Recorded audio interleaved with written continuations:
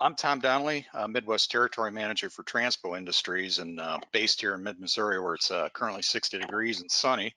I'll be teaming up shortly for a presentation. Joe Molinaro is the St. Louis Bridge Engineer for St. Louis, Missouri, for Missouri DOT.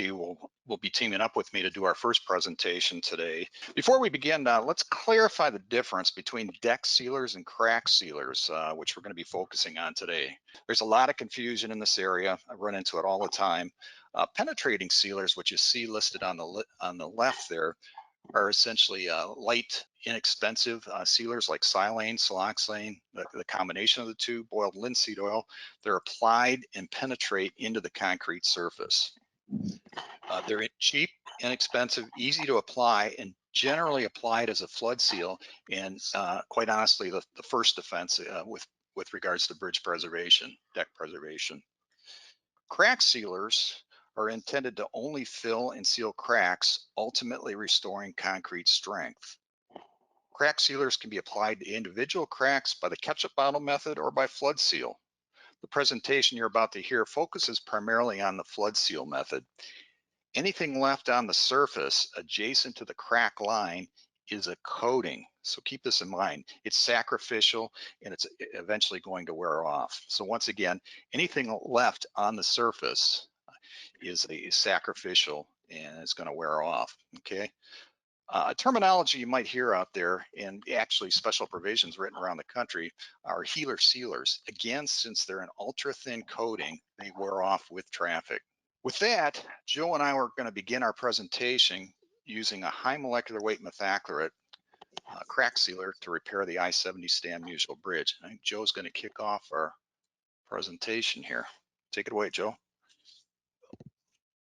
Like Tom mentioned, my name is Joe Molinaro. I'm the bridge engineer with MoDOT in the St. Louis region. Wanted to kind of first give you a little background on this bridge. It is one of our landmark cable stayed bridges in downtown St. Louis City that crosses the Mississippi River. We started construction of the bridge in 2010, and then it was opened up to traffic in late January, early February of 2014. Big reason MoDOT we're partnered with IDOT and this new river crossing was because Interstate 70, Interstate 64, and Interstate 55, all three of those interstates were on one river crossing, our Poplar Street Bridge. That's approximately 2 miles south of the new cable stay bridge. So we had all this interstate heavy congested traffic crossing one location.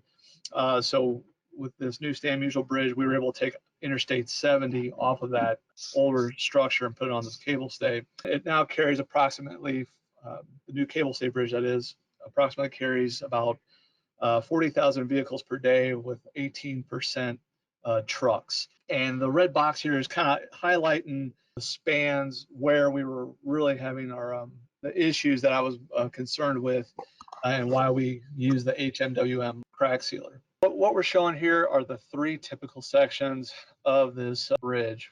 On the Missouri approach, we've got pre-stressed NU girders. The main span, the cable stay, is on weathering steel girders and floor beams. And then the Illinois approach is weathering steel plate girders. And what I'm highlighting here, it's not real, may not be real clear in the drawings, but what we're highlighting here is that on the approach spans, we have a 9-inch deck, and that deck consists of pre-cast, pre-stressed panels, and then you have a 5.5 inches of cast-in-place concrete on top of those precast panels, and then the main span, those panels were 10-inch thick post-tension panels with a 2-inch latex modified concrete wearing surface on top of it. What I wanted to I was highlighting those typicals, but we're gonna kind of give you an idea of what led us to the project here. So in March of 2018, we had our scheduled biannual NBI safety inspection.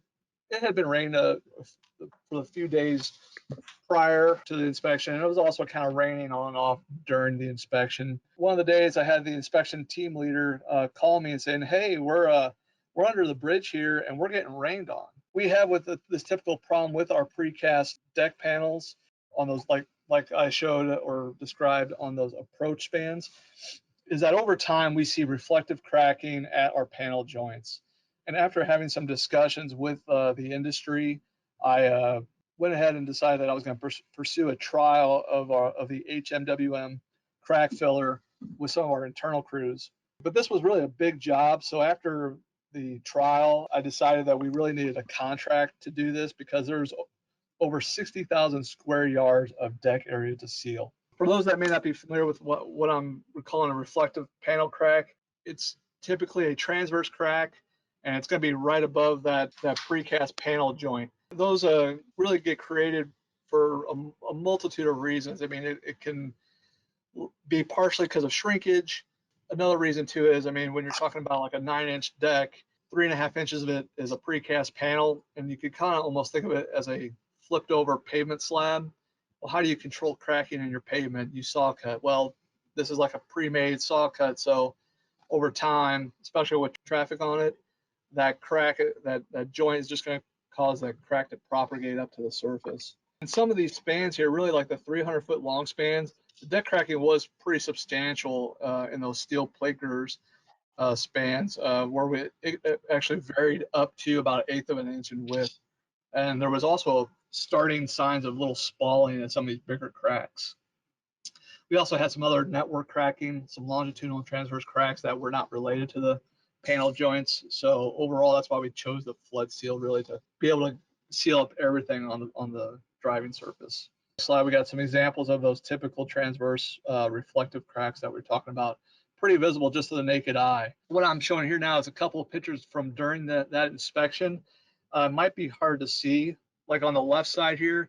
What we were trying to capture was the actual rain coming through those deck panels, and so you might see those rain droplets kind of falling down underneath there where the inspector's taking the picture. These deck panel joints developed efflorescence and some initial saturation at those panel joints. So it was a concern because if you think about like a bridge deck, in those middle photos right there, you're seeing those middle slides there, seeing the efflorescence and some saturation coming through that deck. And if you think about a deck, it's like a roof on your house. So once things start leaking, it can lead to other serious problems.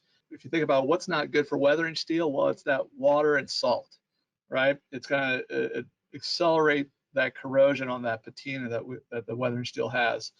And you can look at the far right picture, and it shows some initial pack rust or some accelerated corrosion developing on that top flange of the girder where the deck panel is leaking.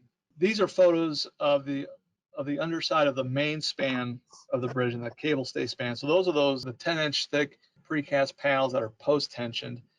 We weren't really seeing a lot of reflective cracking problems and leaking through reflective cracks, but some of the post-tension panels did have some cracks in them that were exhibiting signs of some light efflorescence and a little bit of saturation, like you can kind of see on the far right photo. And this really here is just another example where the water was leaking through, but I believe I'm going to hand it over to you now, Tom. All the crack sealers that you see listed off to the left here are polymers, which are made up of long chains of molecules, basically containing the carbon, hydrogen, oxygen atoms in unique configurations. All of these crack sealers have superior compressive, tensile, and bond strengths. However, the viscosity of methyl methaclylates, MMAs, and high molecular weight methaclylates are typically like water with regards to their viscosity, around 10 to 15 centipoise. Low viscosity epoxies, which are also used for crack sealing, typically contain a diluent like alcohol, and they're closer to motor oil as far as the viscosity.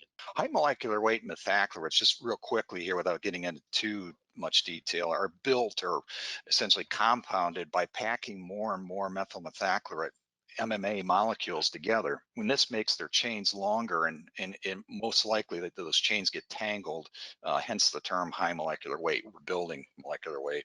By doing this, we also build the flexural and elastic properties, crudely kind of demonstrated by Stretch here. Most standard high molecular weight methacrylate crack sealers have 10% elongation. Now that's fine for static, non-moving cracks, especially on pavements. However, for deep, moving, or through cracking on a bridge deck, a high molecular weight methacrylate crack sealer with 30% elongation is essential. That additional 20% elongation helps to maintain the seal without rupture, and it helps to restore the concrete strength. High molecular weight methacrylic crack sealers with 30% elongation do require longer cure times. Continuing the narrative, why a high molecular weight methacrylic crack sealer, Missouri DOT first tried a 30% high molecular weight methacrylic crack sealer in 2010 on a really challenging bridge deck in St. Louis. Due to the geometry of the interchange, approximately 3 miles from the arch, southwest of the arch, and that's incidentally my mistake, that should be Interstate 64. The concrete deck itself is supported by a diagonal box beams, again, due to the geometry of this interchange. It also receives a lot of pounding from the trucks out of the nearby freight yard across I-64. The deck had significant reflective through cracking, and consequently water would drain through and collect on the viaduct pavement below. After its treatment in 2010, in the last 10 years, from what I understand, it's been pretty significantly plugged, and MoDOT is anticipating putting a polymer or epoxy chip seal overlay on the deck within the next 2 years. Joe, I'll turn it back over to you. It's integral to the Stan Musial project. As Tom explained, we've had some prior experience with the HMWM crack fillers. As I mentioned previously, we decided we were going to do a trial area to kind of get a good idea how we were wanting to set up the full-blown operation. We needed to evaluate, some good methods of making sure that this was going to be successful. First thing was that with this high molecular weight methacrylate material, it has a very low viscosity. So I did have some concerns with leaking all the way through the deck panels, and I didn't want to have material wasted or be ineffective. So what you're seeing here is day one, we had our crews power wash out the cracks in a test area. We gave it 24 hours of dry time because the deck really needs to be dry to apply the material. Day two, after 24 hours of dry time, we had the crew come through and blow out the cracks with compressed air just ahead of the HMWM placement. We also had our hydro platform trailer out there with us because what we wanted to do was kind of be able to see and monitor the underneath and verify whether the crack filler was going to leak through those deck panels or not. While we were placing the material, the first few cracks we placed the HMWM material, and it did leak through cracks that were larger than 1/16 of an inch. But it did not leak through tighter cracks or other network cracks that were not in relation to the reflective panels in the deck joints. You can see here the leakage at the panels. What we tried then on some of the other cracks in this test area was using some silica sand as a backer or a little bit of filler to prevent the leakage through those panel joints. And that did reduce the leaking some, but not completely. So after looking at how material performed and some different little bit of trial and error operations out there, figuring out how well the sand was going to work, the best option really was to specify that those panel joints underneath were going to need to be sealed from the underside. That would help retain the most of the crack filler in those areas. This was a big job. The way we set up the contract was going to require that the contractor inventory cracks or locate all the cracks that were greater than 0.06 inches. So it was right around that 1/16 of an inch size. And then we were also going to require that those are the panel joint locations where they found those 0.06 cracks and larger. They would have to seal the panel joints underneath. And then one final little step we were putting in the requirements was that those larger cracks would get pre-treated ahead of the flood sealing. That was really to ensure that the HMWM material had time to work through the larger crack path, and then the following flood seal could ensure there was enough material to completely fill as we topped it. Like I said, it was a big job. This bridge was 4 lanes wide, but the width actually varied anywhere between 80 feet in width to 112 feet at some of our approaches where our ramps tied in. And it was 1.25 long. So a big job for our in-house crews, which is why we had it contracted out. And here Tom has it broken down, the three bidders that bid on the job. So we were just over $1.2 million for the apparent low bid, and it was awarded to St. Louis Bridge. The HMWM material, the ceiling of the HMWM and the deck came to about $1.94 a square foot. And then the additional 35 cents a square foot was the striping and traffic control in the job. And you can see that we gave a notice proceed mid-August, and the completion date was scheduled by December 1. Project itself, in looking at it, was essentially broken into three stages. The first was to secure permits from the four railroads on the Illinois side. So majority of the cracking occurred on that side of the bridge. That in itself took about 3 to 4 weeks to accomplish. At the same time, the contractor began inventorying all the deck cracks. Stage two, I'm going to get back to that in a minute, but it was primarily, as Joe pointed out, sealing all the panel edges from below. Stage three, getting into the actual construction itself, started with prepping the surface with high pressure washing and flushing, allowing time approximately 24 hours. The following night, that is night one, pressure washing. Night two, began pre-treating ahead of the flood sealing operation and the broadcast of the sand. Stage two, though, was a little bit of a challenge and a little bit of ignorance on my part to begin with. I had recommended that the contractor use silicone sealer. And if you can imagine it, that's a challenge on an overhead trying to plug it. Instead, the contractor opted to try great stuff to plug those cracks from below, and it did a great job. But our biggest concern was, is it compatible with the high molecular weight methacrylate sealer or even the MMA type of sealers? We had to evaluate that compatibility and found no reaction with the material whatsoever. So it's a great material. It's been used on several operations since. The sealing operation in itself took approximately 2 weeks, mainly with the contractor setting up and working from telescoping platforms from the ground with flaggers for the railroads.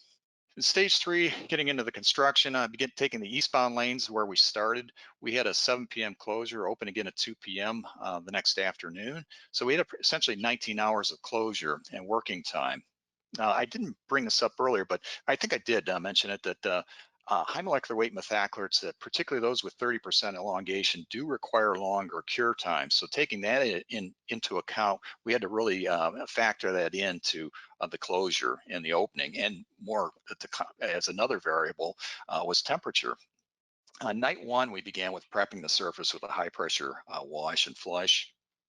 And then night two, in theory, was to begin flood sealing with the individual crack sealing ahead of that operation. Once again, the cure time, ideally, we were figuring we were going to be in the 60s, but we had great weather for those 2 weeks, 3 weeks of the operation, and around the 70-degree pavement temperatures over the nighttime.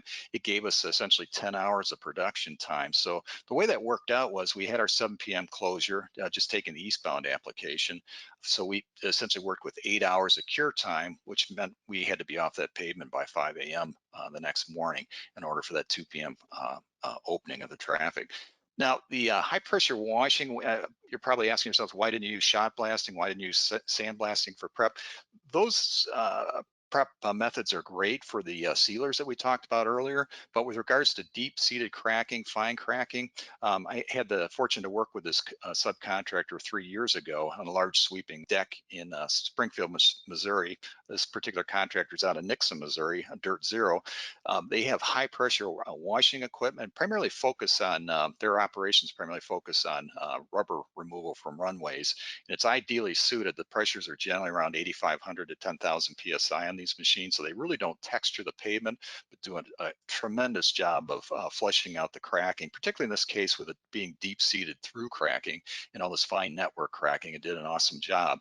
And within 24 hours, typically the material, it was dried with the temperatures that we had to work with. The flood sealing operation began night two.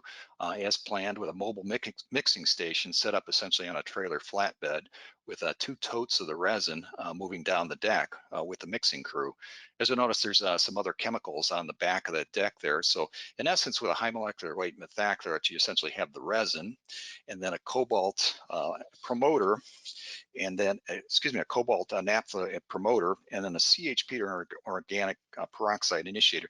Just a note of caution here, those 2 particular chemicals should never be mixed together. A violent reaction could occur. So typically they're mixed individually into a 5-gallon pail and then taken over to the workspace. In this particular 5-gallon pail will approximately cover about 500 square feet is what we planned in theory. So the crews were typically moving the material with squeegees, followed by brooms, making sure it is a tying deck, that they were getting seal and watching for leakage in any of the cracks as they were doing that. That was followed by a broadcast of a sand for friction. Keep in mind, this is a sacrificial surface. We're just really targeting the cracks, so we needed friction. Placing this material without sand would be disastrous. So that sand, abundantly available, pool filter media, or number 1 sand as sometimes it's called during the summer months. Very difficult to find during the winter months though. But number 1 sand is an option to use in this particular case, and it provides a significant friction for this type of sealer. Ahead of the flood seal operation, we had essentially a 2-man crew moving down the deck, maybe 1 to 2 hours ahead of the flood seal operation each evening, that were concentrating on these deep, wide through cracks. They were also monitoring for leakage on the cracks at the same time, but did a great job. And typically within 2 hours, the flood seal operation caught up and I would say in no time did I see any situations where the material was leaking. They did a tremendous job of all the work down below is sealing those panel edges. In summary, and jump in here, Joe, the project essentially kicked off September 16th and we completed October 19th, well ahead of schedule. Tremendous effort on the contractor's part, especially the project manager. Can't compliment him enough.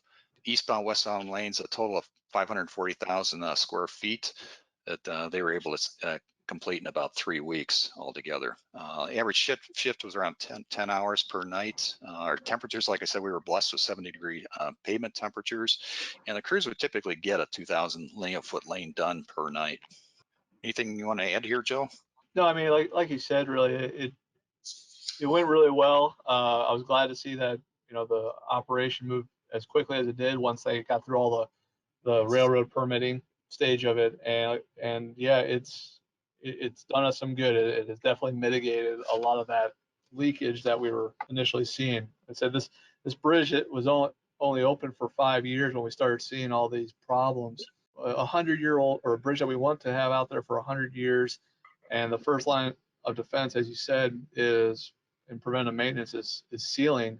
So whether it's our siling operation or being able to crack fill, it's really going to make sure that we're preserving this bridge for as long as we can. I do appreciate the effort that the contractor did. You working with the contractor definitely allows us to maintain this structure for a long time. The preceding was produced by the National Center for Pavement Preservation. More information can be found on the web at pavementpreservation.org. Additional support provided by Michigan State University.